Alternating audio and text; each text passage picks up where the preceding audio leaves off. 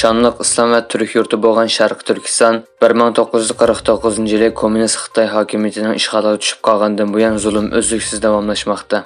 Günümüzdə bolsa bu zulm bir irqi qırğınçılıqqa aylandı.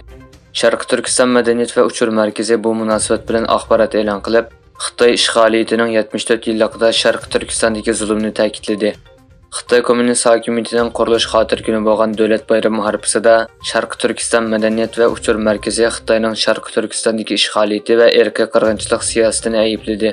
Təşkilat bayanatında dünyada əlaqədar şəxslərin ittifaqlaşıb Xitay elçixanası və konsulxanaları aldıda denişik bilan namoyish qilishqa və Uyğur xalqı qılınğan vəhşilikni to'xtatishni tələb qilishqa chaqirdi.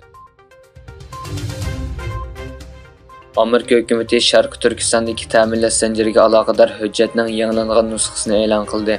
Egilinishçə, Amerika Dövlət İşlər Katibatlığı 26 sentyabr yazma bayanat orqali Amerika hökuməti 2021 tarqatgan Şinjan təminləş zənciri savdo məsləhətçiligi hüccətining yangilanğan nüsxasını e'lon qilgan.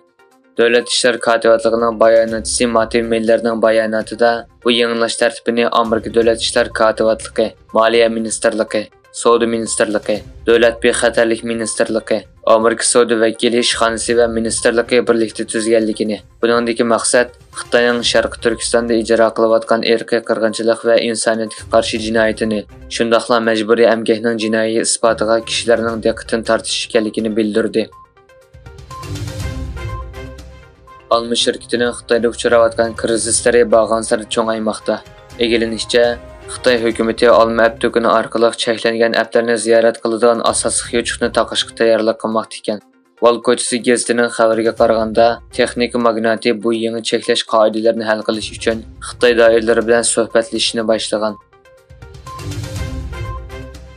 Xitoyning xatarni kunsar to'nib ketgan davlatlar bag'ansir ko'payayotgan bo'lib, Yevropa davlatlaridagi texnik shirkatlari Xitoyning Huawei shirkati bilan Zhongshangning tor uskunlarini boykot qilishga qo'shilgan.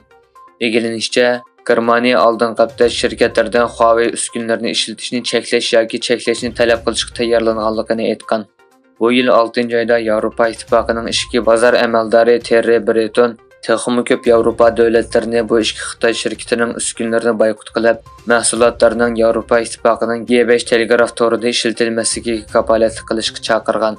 Bildirilishicha, hozirga qadar Angliya, Estoniya, Daniya, Fransiya, Germaniya, İtaliya, Latviya, Litvaniya, Portugaliya, Romaniya və Şvetsiya qatarlıq 11 dövlət Xitoyning Huawei bilan Zhongshang şirkatining uskunlarini boykot qilishga qatnashgan.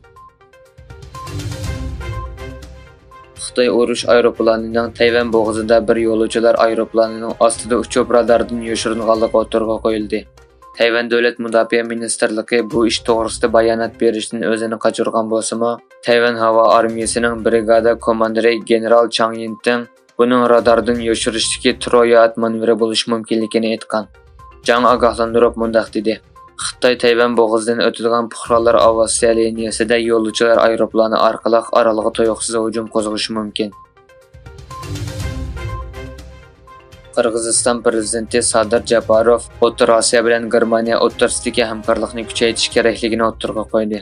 Egilinishcha, Japarov Germaniyaning poytaxti Berlinda o'tkazilgan Germaniya va O'rta Osiyo boshliqlari yig'inida so'z qilgan.